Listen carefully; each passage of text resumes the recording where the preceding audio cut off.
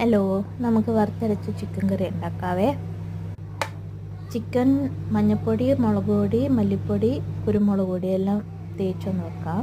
സവാള, വെളുത്തുള്ളി, ഇഞ്ചി പേസ്റ്റ്, തക്കാളി, കുറച്ച് സവാളയും തേങ്ങയും എല്ലാം എടുത്ത് വെക്കണം.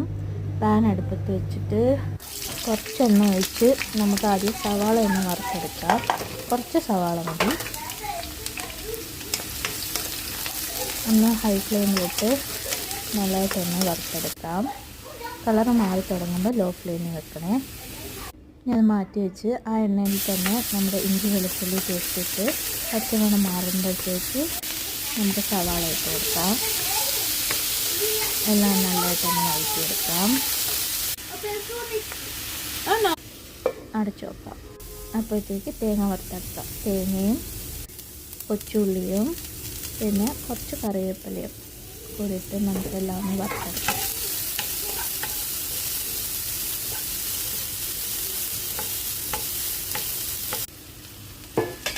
ഇടയ്ക്കൊന്ന് ഉള്ളി ഒന്ന് വഴന്ന് നോക്കണം.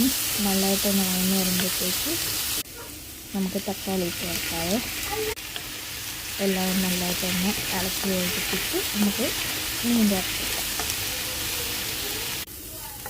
തേങ്ങയുടെ കളറൊക്കെ ഒന്ന് മാറി വരുമ്പം നമുക്ക് തീ ഓഫ് ചെയ്തിട്ട് മസാലപ്പൊടി ഇട്ട് കൊടുക്കാവേ. ചിക്കനിൽ ഓൾറെഡി പൊടി ഇട്ടേക്കുന്നതുകൊണ്ട് കുറച്ചുകൂടെ ഇട്ട് കൊടുത്താൽ മതി. മഞ്ഞൾപ്പൊടി, മുളക് പൊടി, മല്ലിപ്പൊടി. ആ ചൂടിൽ തന്നെ എല്ലാം ഒന്ന് വറുത്തെടുത്തോ. എന്നിട്ട് ഗരം മസാലയും കൂടെ കുറച്ച് ഇട്ട് കൊടുക്കാവേ. നമ്മുടെ സവാളയും തക്കാളിയും എല്ലാം ഒന്ന് വഴന്ന് വരുമ്പോഴത്തേക്ക് നമുക്കിനി ചിക്കൻ ആഡ് ചെയ്ത് കൊടുക്കാം.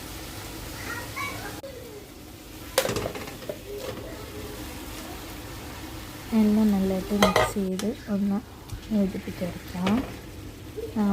ഹൈ ഫ്ലെയിമിൽ വെച്ചോ. ഇനി ആ മസാലയുടെ ഒന്ന് പച്ചയെല്ലാം മാറട്ടെ. അപ്പോഴത്തേക്ക് നമുക്ക് തേങ്ങേൻ്റെ അരപ്പ് നേരത്തെ വറുത്ത സവാളയായിട്ട് അരച്ചെടുക്കാം.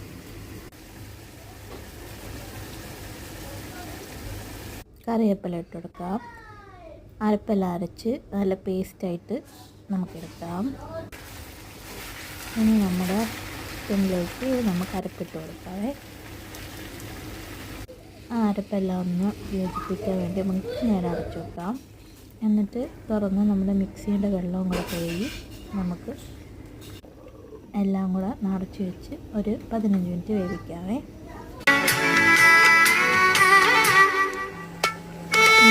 കുറച്ച് നേരം നല്ല ഫ്ലെയിമിൽ നമുക്ക് അടച്ചു വെച്ച് വേവിക്കാം. അപ്പോഴത്തേക്ക് നമ്മുടെ വറുത്തരച്ച് ചിക്കൻ കറി റെഡി.